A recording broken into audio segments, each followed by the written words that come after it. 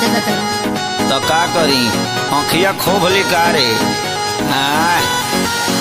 ओसे देखे लोग आँख फाड़ के, अपना आँखी से चश्मा उतार के।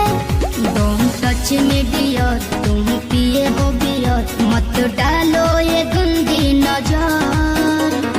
चढ़ता दहर ढहेलो कहर, एही उमरिया में भइलु जर। चढ़ता दहर ढहेलो कहर, एही उमरिया में भइलु जर।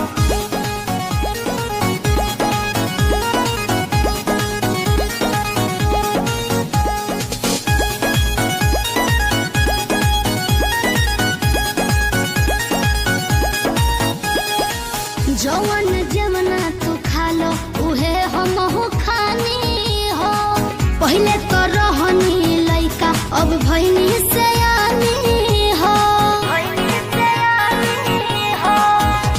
कैसे हैं आप सभी? आई होप आप सभी बढ़िया होंगे। और गाइस अगर आप कॉमेडी देखना पसंद करते हैं तो डिस्क्रिप्शन में चैनल का लिंक दिया, फटाफट से वहाँ से आप देखिए, कॉमेडी देखिए और हाँ भरपूर मजे करिए।